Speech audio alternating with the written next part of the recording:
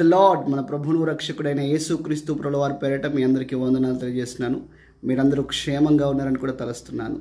ఈ దినం వాక్య ధ్యానంలో నుంచి కీర్తన గ్రంథం 30వ కీర్తన 5వ చరణాన్ని మనం చూసినట్టయితే, ఆయన దయ ఆయుష్కాలం అంతా కూడా ఉండడం వాక్యం అంటుంది.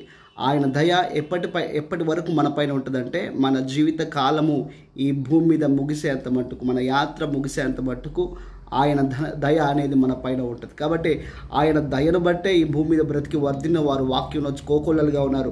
అబ్రహామును చూసినా, యోసేపును చూసినా, దావీదును చూసినా, దానియేలును చూసినా వారందరూ ఆయన దయను బట్టి వర్ధిల్లారు. కాబట్టి ఆయన దయ ఎవరిపైన ఉంటుందంటే, ఆయన కృప కొరకు వేడుకుని వారిపైన దయ నిలిచి ఉంటుందని వాక్యం అంటుంది. ఆయన దయ మనతోనే ముగిసిపోదు, కానీ 1000 తరముల వరకు కూడా నిలిచిందని వాక్యం అంటుంది.